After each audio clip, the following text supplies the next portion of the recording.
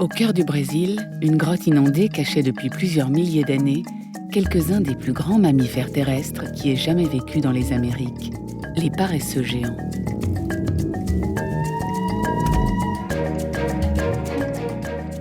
Pour la première fois, des paléontologues et des plongeurs vont explorer cette grotte à la recherche de fossiles. Une plongée dans le passé qui révélera les incroyables secrets de cette faune éteinte et contribuera à réécrire la préhistoire du Brésil.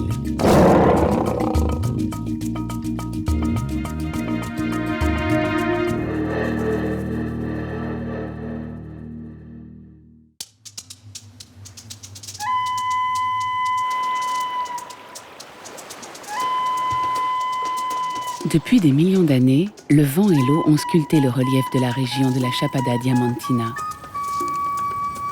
Nous sommes au cœur de l'État de Bahia, au nord-est du Brésil.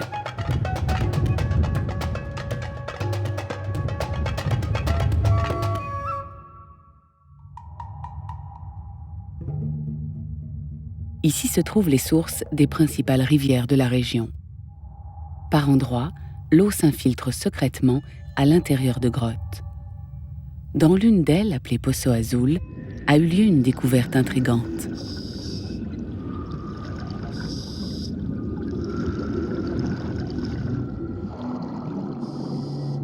En explorant les galeries de cette grotte pour en dresser la topographie, un plongeur, Tullio Chargel, a trouvé un objet étrange, à demi enterré dans la vase qui tapisse le fond.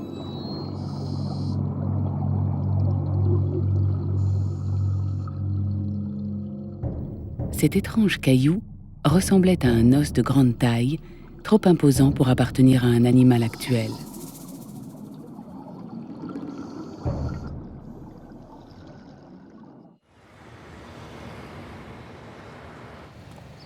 Tullio Chargel est plongeur professionnel et réalisateur de documentaires animaliers. Il se rend au musée des sciences naturelles de l'État de Minas Gerais avec les photos de sa découverte afin d'obtenir l'avis d'un spécialiste des faunes éteintes. Puis-je voir le professeur Cartel, s'il vous plaît?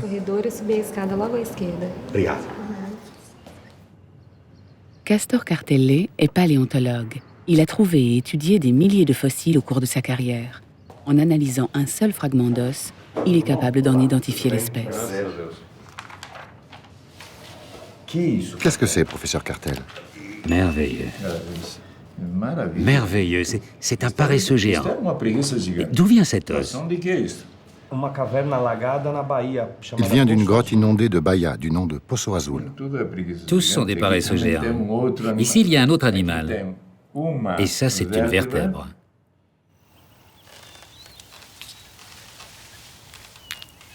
De nos jours, il existe seulement 6 espèces de paresseux, toutes de la taille d'un petit singe. Ils habitent les forêts humides équatoriales d'Amérique centrale et du Sud, où ils vivent la plupart du temps pendus aux cimes des arbres. Ces mammifères se nourrissent de feuilles. Connus pour leur indolence et leur extrême lenteur, ils possèdent une hypertrophie des mains et des pieds, des dents sans émail, ainsi que de puissantes griffes. On retrouve ces mêmes caractères chez les paresseux terrestres, leurs ancêtres aujourd'hui disparus. Car dans le passé, le groupe des paresseux était beaucoup plus important et diversifié. Il comptait même des paresseux géants dont la stature égalait celle d'un éléphant. Ils étaient si grands et si lourds qu'ils vivaient sur le sol et ne pouvaient grimper dans les arbres.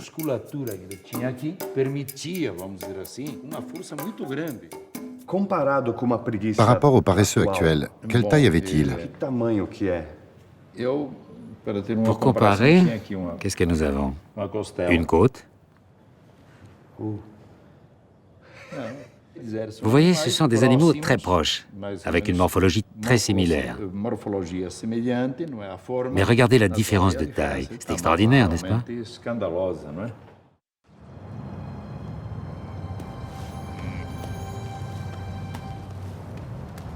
Le plus impressionnant des paresseux était le paresseux géant terrestre, l'un des plus grands mammifères qui ait jamais peuplé les Amériques. La majorité des paresseux géants ont disparu il y a 10 000 ans environ. victimes d'une grande extinction. La cause la plus souvent acceptée par les scientifiques est le changement climatique après la fin de la dernière période glaciaire. Aujourd'hui, tout ce que nous connaissons de ces animaux disparus, ce sont leurs ossements et quelques rares poils. C'est un crâne de paresseux géant. Oui, la même espèce qu'il y a au fond de Poço Azul. Les paresseux appartiennent à un groupe très ancien et primitif de mammifères, appelés xénartres. Les plus anciens fossiles connus de ce groupe datent du début de l'ère tertiaire, il y a environ 65 millions d'années. Ces animaux ont des formes cuirassées d'où émergeront les petits tatous et les glyptodons. Vers moins 30 millions d'années, à l'Oligocène, on trouve les premiers fossiles de paresseux. Et ce n'est qu'au Miocène, vers moins 16 millions d'années, que l'on date les premiers fossiles de fourmiliers. Seuls subsistent de nos jours les fourmiliers, les tatous et 2 groupes de paresseux. Les paresseux géants ont émergé en Amérique du Sud alors que ce continent était une île gigantesque, pas encore reliée à l'Amérique du Nord.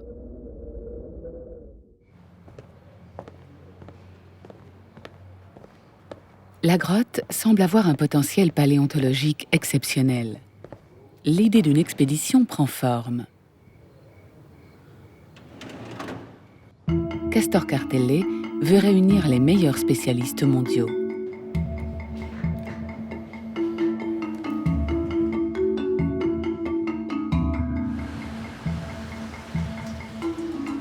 Jerry DeYulis est paléontologue au George Brown College de Toronto, au Canada. C'est un spécialiste de l'anatomie et de l'évolution des paresseux géants. Il a collaboré de nombreuses fois avec Castor Cartellé et ils ont en commun de nombreuses publications scientifiques. Il répond avec enthousiasme à l'invitation que Cartellé lui a adressée et s'empresse de contacter à son tour celui qui complétera l'équipe. Ce 3e membre est le Français François Pujos, docteur en paléontologie et chercheur à l'Institut français d'études andines. Il étudie l'origine et l'évolution des paresseux géants, ainsi que les causes qui ont provoqué leur extinction.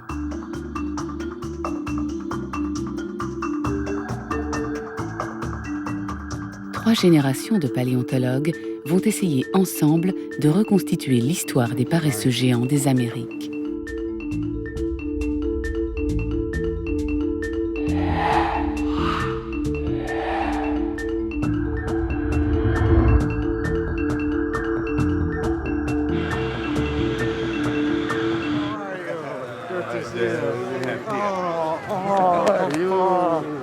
Very good.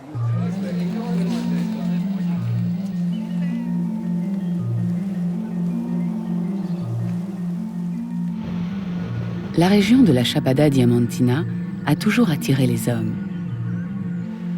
Des peintures rupestres sur des rochers attestent que des humains ont vécu ici depuis des milliers d'années. Dans un passé plus récent, l'or et surtout les diamants ont attiré les hommes dans cette région.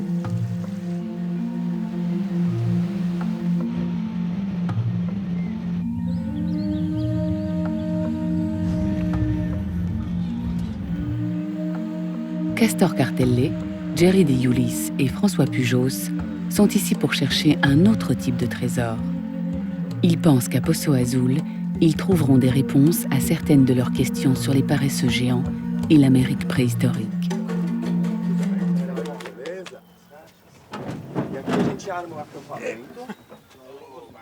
Quand je suis venu plonger dans la grotte, mon seul objectif était de trouver des fossiles. Mais après la découverte, j'étais loin d'imaginer une telle excitation. Maintenant, nous avons réuni une équipe internationale pour réussir cette mission.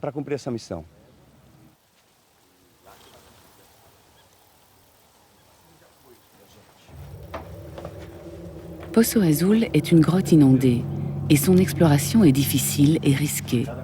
De plus, beaucoup de ces galeries sont encore inexplorées. Pour les paléontologues, cette expédition est complètement différente de toutes celles auxquelles ils ont participé jusqu'alors. Pour la première fois de leur carrière, ce n'est pas eux qui extrairont les fossiles du sol. Cartellé, DeYulis et Pujos devront confier ce travail d'excavation aux plongeurs. Ça, c'est le chemin par lequel nous sommes entrés dans la grotte. Les escaliers sont ici, nous sommes là. La plateforme n'est pas dessinée, mais elle est là. Voici la grotte avec sa plateforme en bois. D'ici, les plongeurs rejoindront les sites de recherche des ossements. Le premier lieu visé sera l'endroit où Tullio Chargel a trouvé les os il y a quelques années.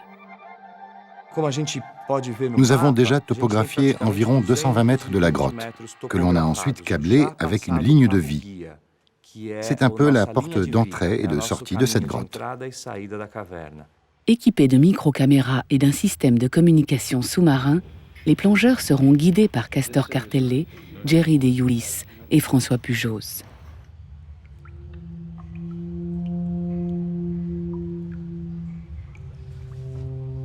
Les espérances sont grandes. Il a fallu des semaines de préparation pour mettre en place la logistique nécessaire pour l'expédition. Bientôt, tous sauront si leurs efforts seront récompensés. C'est réellement profond ici. C'est plus une plongée dans le passé que dans l'eau.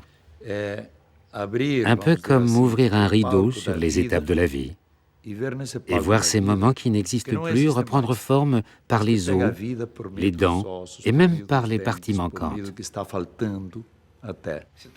Pour cette mission, Tullio Chargel s'est entouré de quelques-uns des meilleurs plongeurs du Brésil. C'est la première fois pour moi, comme pour Jerry et Cartellé, que l'on ne va pas nous-mêmes chercher ces ossements, mais il y a avec nous des plongeurs professionnels que l'on va aider, que l'on va guider, pour justement pouvoir collecter un maximum d'informations sur ces grands vertébrés. Mais tous ne sont pas aussi confiants. C'est une grotte très belle. C'est magnifique ici. Mais je pense que nous allons probablement trouver des restes d'animaux que nous connaissons déjà. Peut-être quelque chose de nouveau, mais enfin... Tullio Chargel sent le poids énorme de la responsabilité qu'il a endossée en organisant cette expédition. Il saura très rapidement si cela valait la peine ou pas.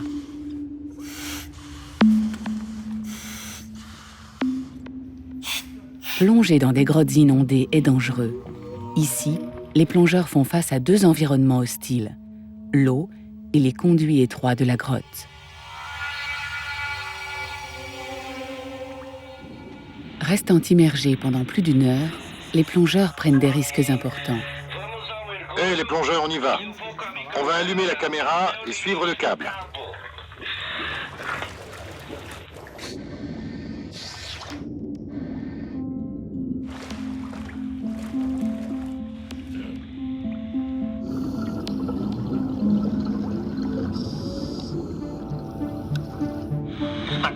Cartel, est-ce que tu nous entends?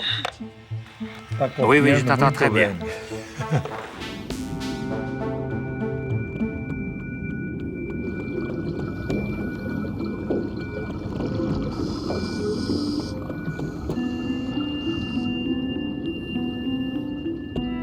Les lumières des plongeurs ouvrent les portes de l'obscurité.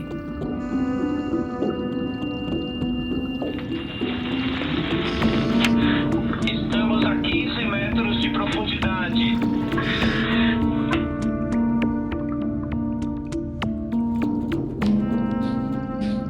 À la surface, les trois paléontologues suivent les mouvements des plongeurs, impatients de voir les premières images d'ossements.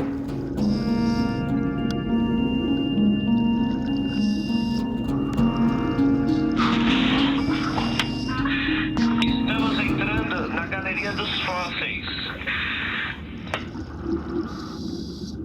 Ce qu'ils découvrent quand Tullio atteint enfin l'emplacement des fouilles est impressionnant, même pour des chercheurs expérimentés comme eux.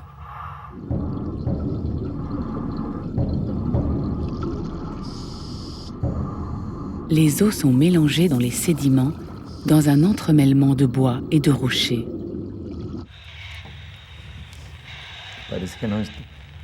Você escuta? Tu nous entends? Parece ossos. On dirait des os. Tá confuso. C'est confus, là. C'est le bon camino. La communication entre les deux équipes est très importante. Habituellement, les paléontologues, d'un coup d'œil, peuvent distinguer un os d'un bout de roche ou d'un morceau de bois, mais pas à 100 mètres de distance à travers un moniteur vidéo. No es por acá? No es este.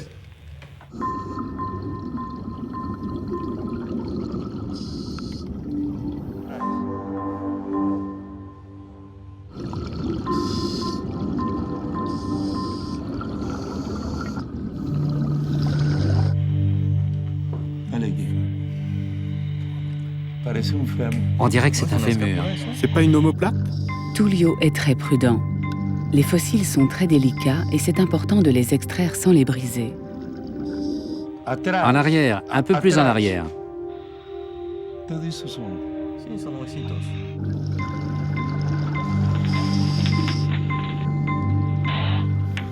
Vou dar o comando para retornar. Os sacos de coleta. Bon, je crois que maintenant je vais donner l'ordre de rentrer. Ok.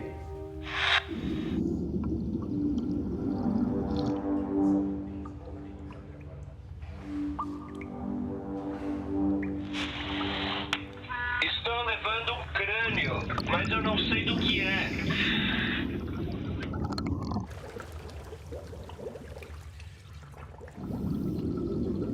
La première rencontre entre les paléontologues et les ossements est comme une réunion entre vieux amis.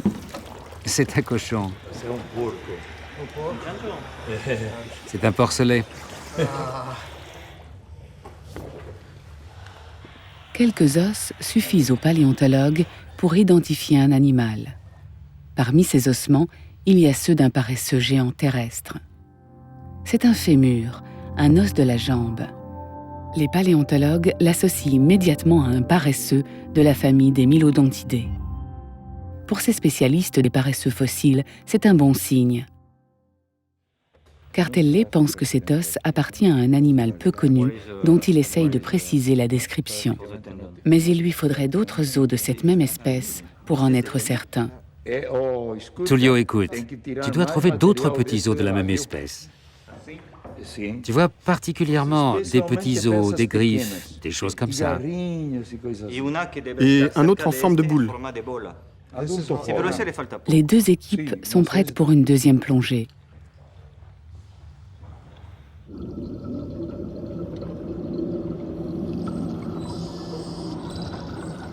Le défi de cette deuxième plongée est plus important. Maintenant, Tullio et son équipe doivent trouver plus d'ossements de l'espèce qui intéresse Cartellé. Et de plus, ils ont la charge de trouver des os spécifiques dont certains sont petits et difficiles à localiser au milieu de la vase. Tullio, tu m'entends? On arrive à l'entrée de la galerie. Esquerda. Ah, here. Ah, no, here. I see. Oui, une côte.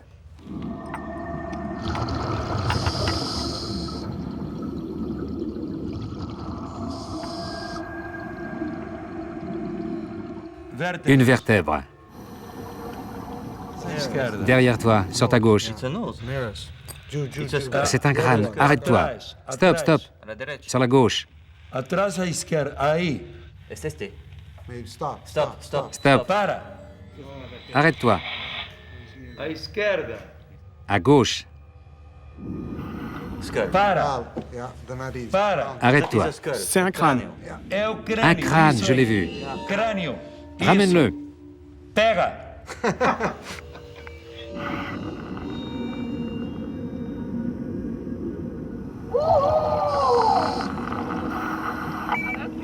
C'est un crâne, en effet. Merveilleux. On peut même voir les dents.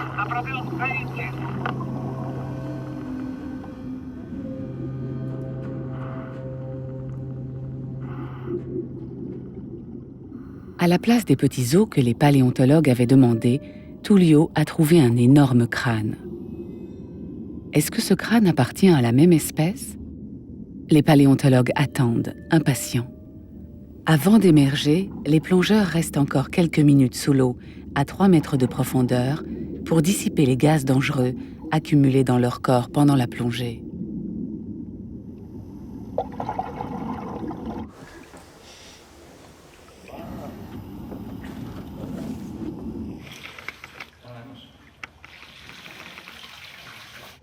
Já deu para ver os dentes, viu?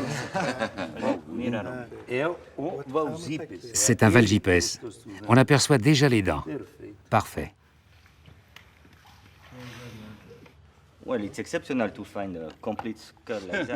Pour moi, c'est exceptionnel. Au Pérou, c'est vraiment rare. Estou estudando há 10 anos. Todo mundo há 160 anos que vem errando. J'étudie cette espèce depuis 10 ans, et E là, agora, bingo. En 1846, Paul Gervais analyse des os disparates de paresseux trouvés au Brésil. Il était alors arrivé à la conclusion erronée qu'il s'agissait d'une nouvelle espèce à la suite d'analyses d'éléments osseux trop fragmentés. La nouvelle découverte vient apporter une réponse à une énigme vieille de plus d'un siècle et demi.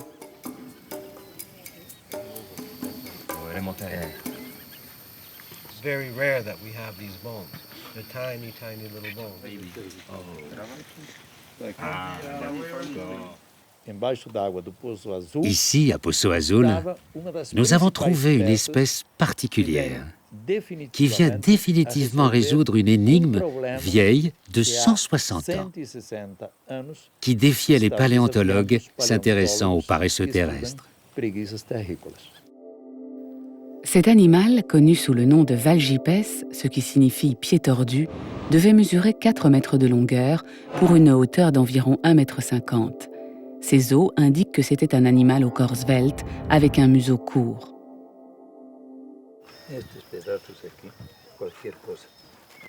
Les paléontologues sont enthousiasmés par ces trouvailles, même Jerry, le plus sceptique de tous. Hier, j'avais prédit que nous ne trouverions probablement rien de nouveau, donc j'avais tort dès le premier jour. Mais vous savez, dans ce cas, c'est bien d'avoir eu tort.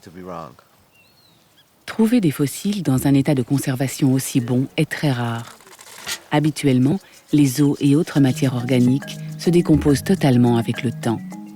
Ici, l'eau de la grotte, ni acide ni basique, a permis de conserver intacts les ossements. Mais pourquoi la grotte renferme-t-elle tant d'ossements d'animaux différents? Pour comprendre les processus qui ont présidé à la constitution d'un tel gisement, les paléontologues ont besoin d'aide.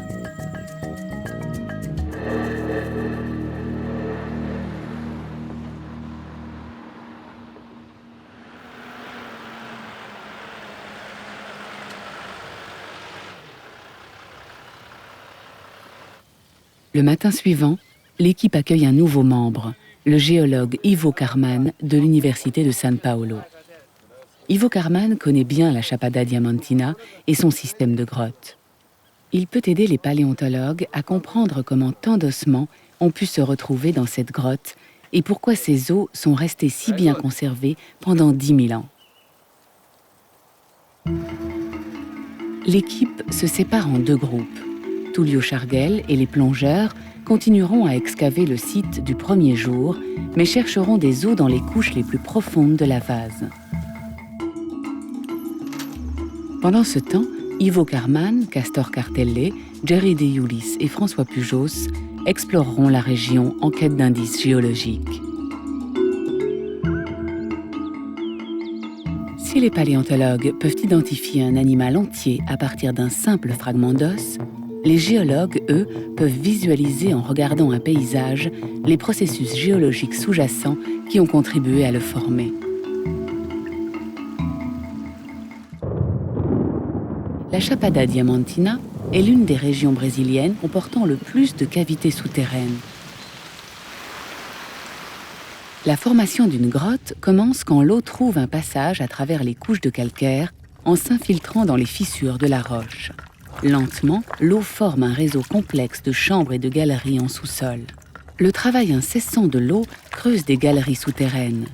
Puis, le poids de la roche provoque l'effondrement des voûtes et des parois.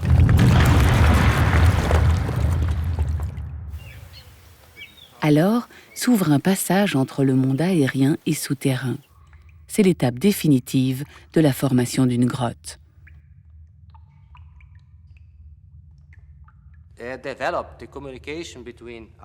À l'intérieur de la grotte, l'explication d'Ivo Carman saute aux yeux. Jerry De Iulis et Ivo Carman se trouvent en bas d'un grand glissement de terrain.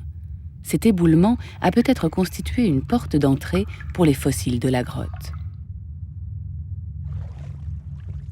Mais comment ces fossiles se sont-ils retrouvés au fond de la nappe souterraine, à plus d'une centaine de mètres de l'entrée?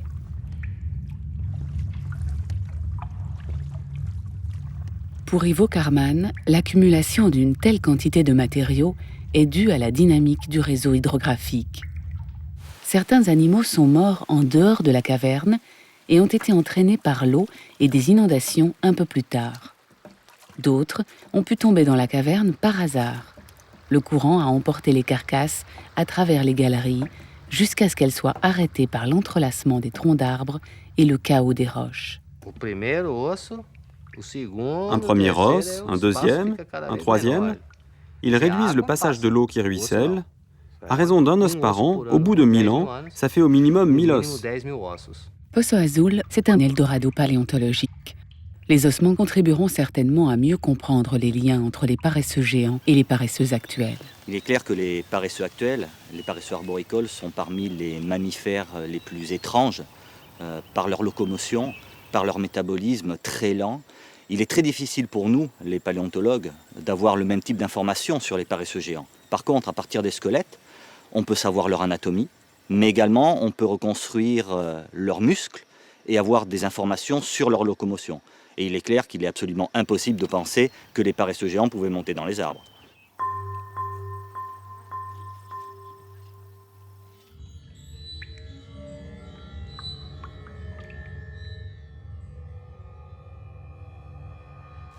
Vous êtes prêts? Plus d'os aujourd'hui. On est spécialement intéressé par un petit os, l'astragale. Ce serait bien d'avoir un os de la cheville. Et si tu trouves un os énorme, tu peux aussi le prendre. L'astragale, un petit os de la cheville en forme de boule, est un os très important pour les paléontologues. Pour chaque espèce de paresseux, il y a un type d'astragale différent.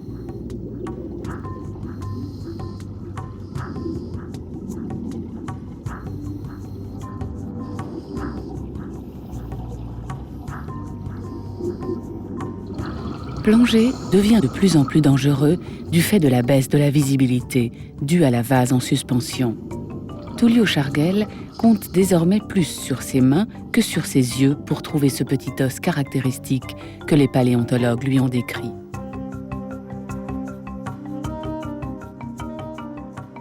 Avec ses bouteilles pratiquement vides, mais des sacs remplis de fossiles, Tullio Chargel revient à la plateforme où l'attendent les scientifiques.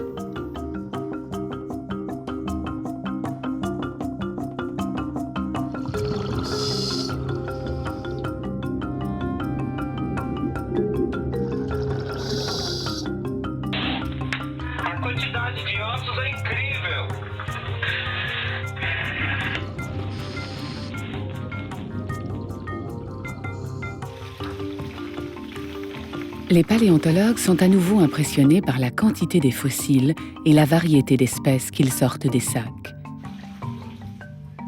La plupart des fossiles leur sont connus. Il y a là des os de paresseux géants, de tatous géants, de mastodontes, de tigres à dents de sabre. Tout un répertoire zoologique du passé. Tous sont dans un état de conservation parfaite. Au milieu de ces ossements, Castor Cartellé et François Pujos se trouvent face à face avec l'os qu'ils cherchaient. C'est bien ce que vous cherchiez. C'est un des os post-crâniens les plus importants. Il n'y a aucun doute, ils n'ont jamais vu un pareil astragale auparavant. Ils tiennent dans leurs mains une nouvelle espèce de paresseux géant. Dans le monde de la paléontologie, ce genre de trouvaille est exceptionnel. Nous venons juste de trouver un astragale, c'est un os caractéristique chez les paresseux géants, c'est un petit os du pied. Et justement, à partir de cet os, nous sommes probablement en présence d'une nouvelle espèce de paresseux géant, et ça, je crois que c'est intéressant. Cette espèce n'était pas très grande. La taille de l'os indique qu'elle devait mesurer tout au plus 3 mètres de long pour une hauteur d'1,30 mètre. C'est la première fois qu'on voit ce type de fossile. C'est une nouvelle espèce. Même le plus optimiste des paléontologues n'était pas préparé pour traiter cette quantité de fossiles. Il leur faut donc aller compléter leur équipement. Nova Redensao est une ville de 1000 habitants. C'est la ville la plus proche de Poço Azul dans un rayon de 40 km.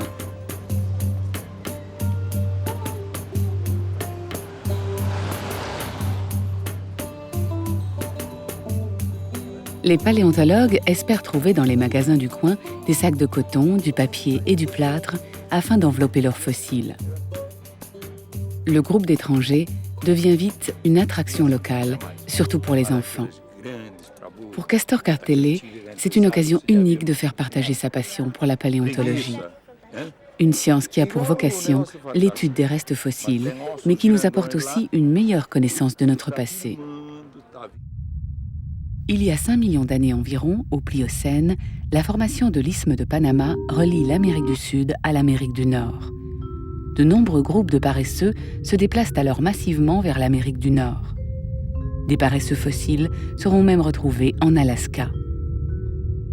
À l'inverse, des animaux confinés en Amérique du Nord vont coloniser progressivement l'Amérique du Sud, parmi eux le célèbre tigre à dents de sabre.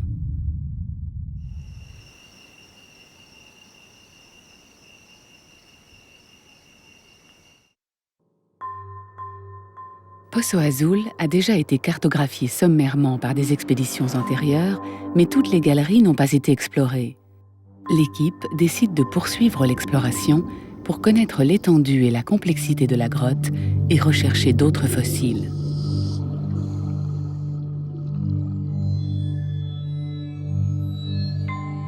Ici, tout est nouveau pour les plongeurs. Afin d'assurer leur sécurité, ils déroulent une ligne de vie comme un fil d'Ariane. C'est leur seule garantie pour un retour serein à travers ce labyrinthe de galeries si la visibilité devenait problématique.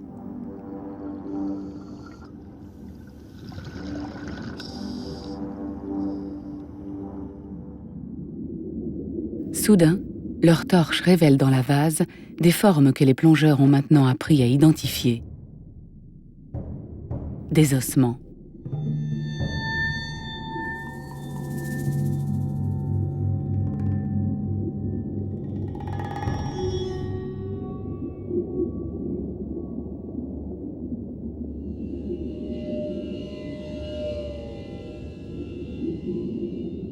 Mais il y a ici quelque chose de particulier. Les paléontologues ne peuvent en croire leurs yeux. Les plongeurs ont trouvé un squelette entier, encore intact. Par la taille des os, les paléontologues identifient rapidement l'espèce.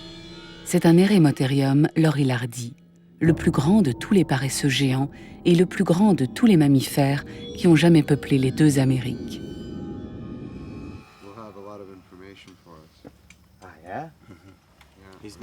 C'est seulement la deuxième fois dans toute l'histoire de la paléontologie qu'on trouve ce type de paresseux aussi complet. Une occasion unique d'analyser tous les os d'un même animal, principalement les petits os, qui, lors de la fossilisation, sont vite perdus ou endommagés. Combien de vertèbres, Cartel? Alors ici, il y en aura 7, plus 9. Mais remonter tous ces os intacts sera une tâche ardue. Les Eremotherium lorilardi étaient aussi imposants que les éléphants d'Afrique.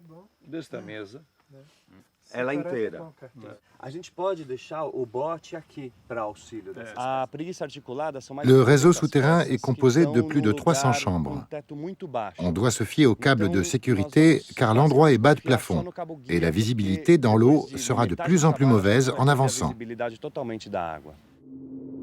Le retrait du squelette complet est le moment le plus risqué d'une expédition.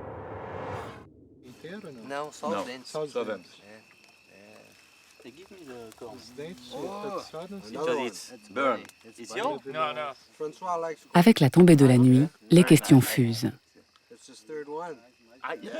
Pourquoi ce squelette est-il resté intact quand d'autres sont incomplets et éparpillés? Comment le corps de cet animal s'est-il retrouvé dans le goulet de cette grotte? Pourquoi n'a-t-il pas été désarticulé par les eaux souterraines? À partir des indications des plongeurs et des images qu'ils ont vues, les paléontologues commencent à échafauder un scénario possible sur la mort de l'Eremotherium.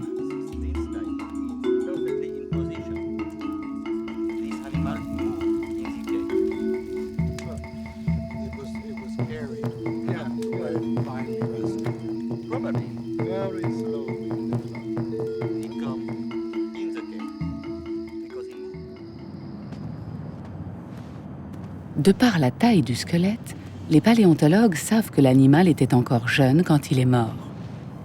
Quelque temps avant sa mort, il se nourrissait probablement aux alentours de la grotte où il a été trouvé. Il y a 10 000 ans, la Chapada diamantina était un peu plus boisée. D'après les ossements trouvés dans la grotte, des paléolamas, des mastodontes, des toxodontes et des tigres à dents de sabre devaient peupler également les environs.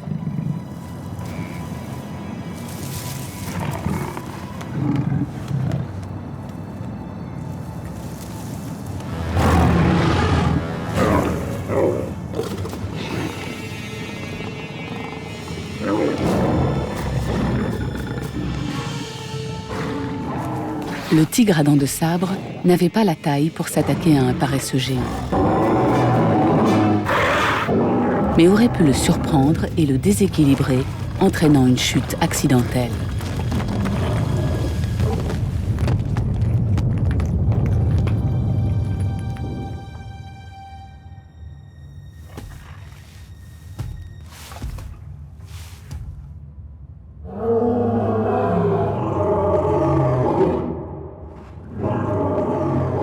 Le seul problème de cette hypothèse est que le squelette a été trouvé à 150 mètres de l'entrée de la grotte, dans une chambre souterraine au bout d'étroits boyaux.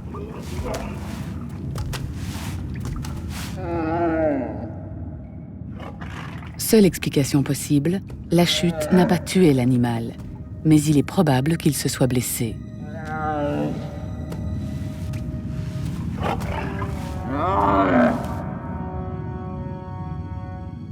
À cette époque, la grotte ne devait pas être remplie d'eau.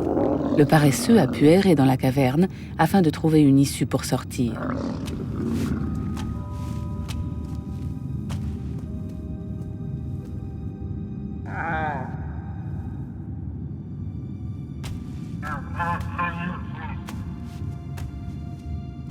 Épuisé et blessé, il est finalement mort à l'endroit où il sera retrouvé 10 000 ans plus tard.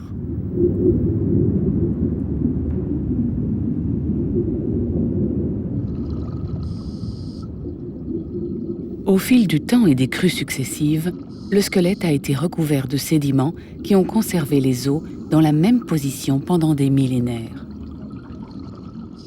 Pour excaver cet énorme squelette, les plongeurs vont utiliser une technique différente. Tullio Chargel va graduellement enlever la vase et le sédiment autour du squelette à l'aide d'une sorte d'aspirateur. Cette technique va permettre de dégager le squelette d'une façon plus aisée. Les paléontologues, enfin actifs, vont aider les plongeurs avec le canot gonflable pour transporter les plus grosses pièces. L'humérus, l'os le plus important de la patte avant, est le premier à être retiré. Cet os mesure à lui seul près d'1 mètre de longueur et pèse environ 20 kilos. Il est si grand et lourd que c'est un réel problème de le sortir de l'eau. Voilà la première partie.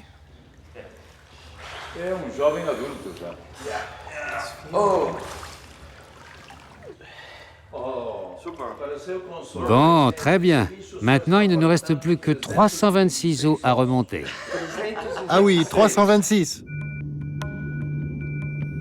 Il faudra plusieurs jours pour que Tullio et son équipe remontent les quelques 300 os du squelette de l'Eremotherium.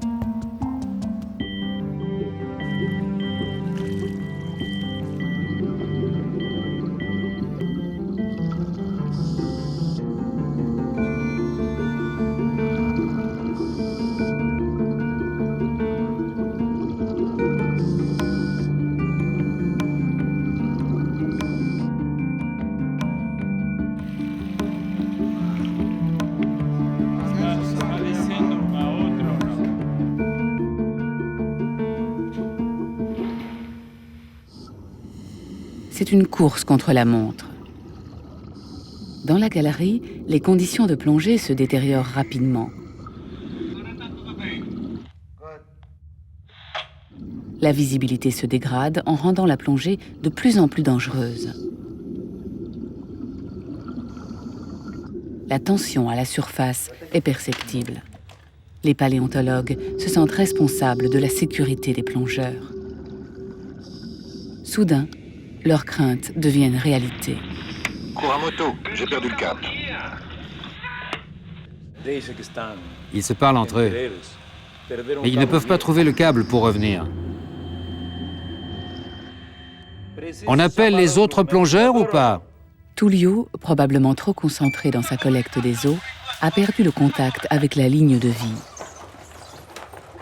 Il appelle à l'aide Kuramoto, l'autre plongeur, afin qu'il le localise rapidement. En surface, les paléontologues impuissants comprennent le danger qui s'installe et guettent à la radio un message de Tullio qui pourrait les soulager.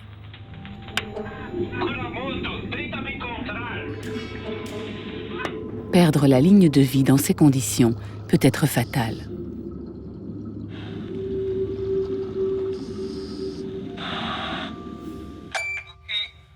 Jerry, est-ce que tu nous entends? On est hors de danger, on a retrouvé le câble et nous approchons de la sortie.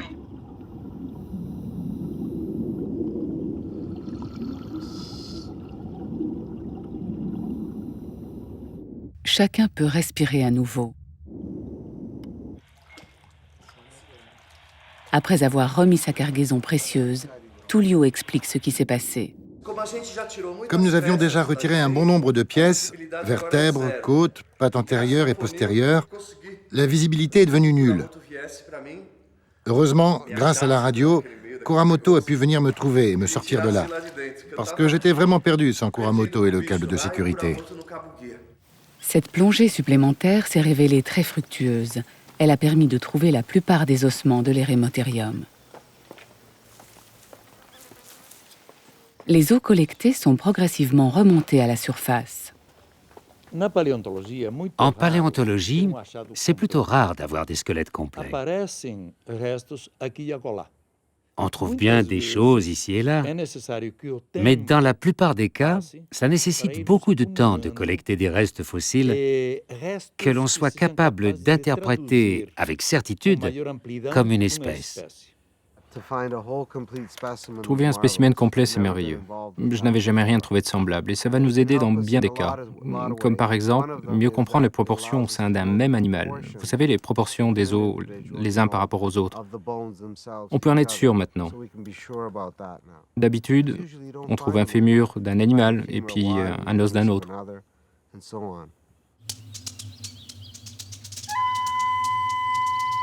Même avec tous les ossements devant soi, l'assemblage des pièces du puzzle n'en reste pas moins un exercice très difficile.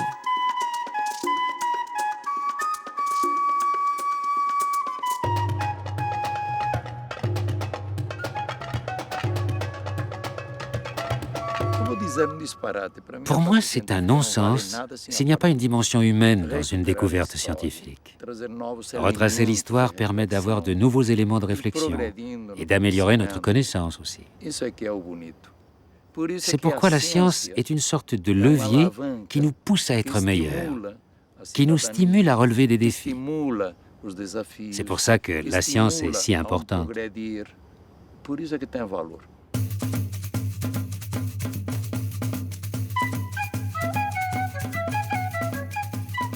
Partager, c'est une opportunité que Castor Cartellé ne pouvait pas laisser passer. Pour les enfants et même les adultes de Nova Redensao qui n'ont jamais mis les pieds dans un musée, l'occasion est unique.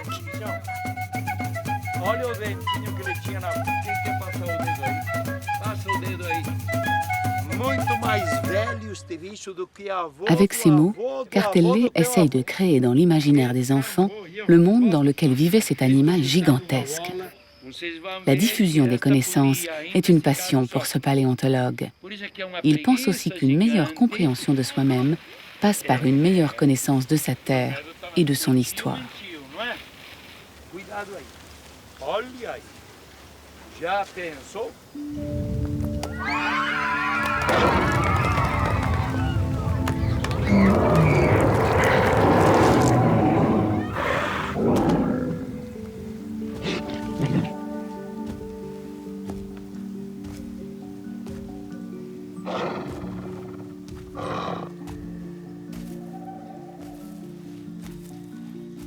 L'expédition touche à sa fin. Les paléontologues enveloppent les derniers ossements et les préparent pour leur transport au laboratoire de Cartelle.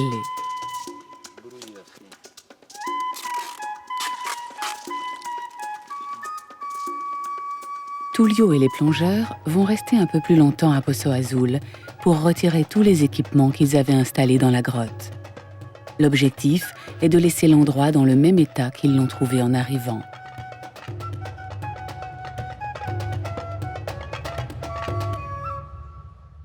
De nouvelles informations vont être déduites de l'étude des milliers d'ossements trouvés.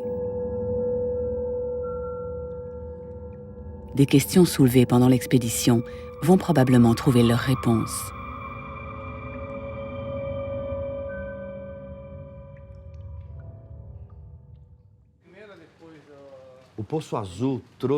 Poço Azul a apporté à toute l'équipe, les paléontologues, les plongeurs, plus que ce que nous espérions. Les pièces du puzzle que nous avons trouvées vont nous aider à redessiner une partie de l'histoire de la paléontologie brésilienne. C'est très gratifiant.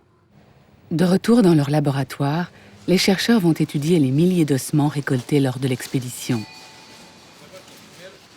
Parmi les fossiles, Cartelle, Deiulis et Pujos vont identifier pas moins de 35 espèces différentes de mammifères, éteintes pour la plupart.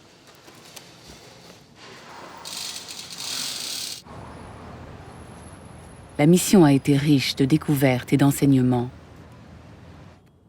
D'habitude, on ne trouve que quelques animaux, 4, 5, 6. Donc c'est remarquable d'en avoir énormément d'une seule grotte, d'un seul lieu. Probablement de différents âges, mais on peut les identifier, du moins pour les plus anciens, comme faisant partie de la mégafaune. En plus des Remotherium lorilardi, le plus grand de tous les paresseux géants, les paléontologues ont identifié des os de Catonix cuvieri, un animal gros comme un bœuf. Ils ont également trouvé un Valgipes, que les paléontologues pourront désormais décrire correctement. Enfin, une nouvelle espèce de mégalonychidés a été découverte par les plongeurs. C'est très intéressant d'avoir trouvé un mégalonychidé fossile aussi complet en Amérique du Sud qui pourra sûrement nous donner de nouvelles informations sur les relations entre les paresseux géants fossiles et le paresseux actuel Coloepus qui peuple la forêt amazonienne. Il y a approximativement 115 000 ans, une glaciation va profondément modifier le climat. Beaucoup d'espèces de paresseux s'adapteront à ces nouvelles conditions. Mais le réchauffement qui suivra, il y a 11 000 ans environ, leur sera fatal et provoquera la disparition progressive des paresseux géants.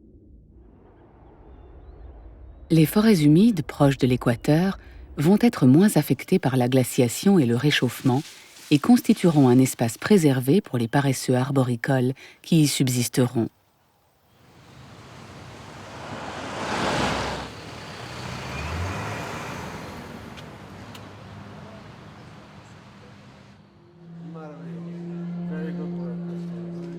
Retour à Belo Horizonte. Des mois se sont écoulés. Castor Cartelle convie Jerry et François à découvrir le squelette assemblé. Il est réellement exceptionnel.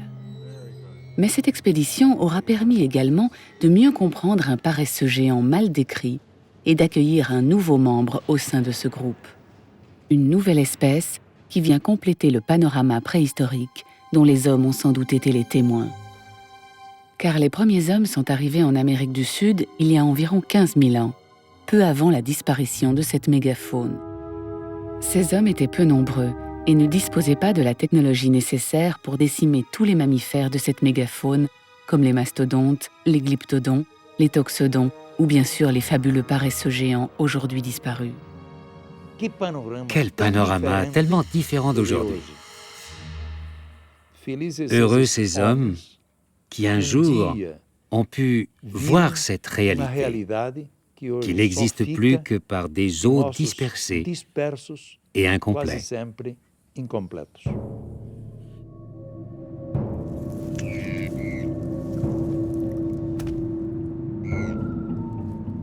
C'est une idée fascinante qui nous renvoie dans le passé et nous laisse imaginer ce qu'a pu être la vie dans la région de la Chapada Diamantina il y a 10 000 ans. Un temps où les paresseux géants et les autres mammifères ont vécu côte à côte avec les premiers Américains.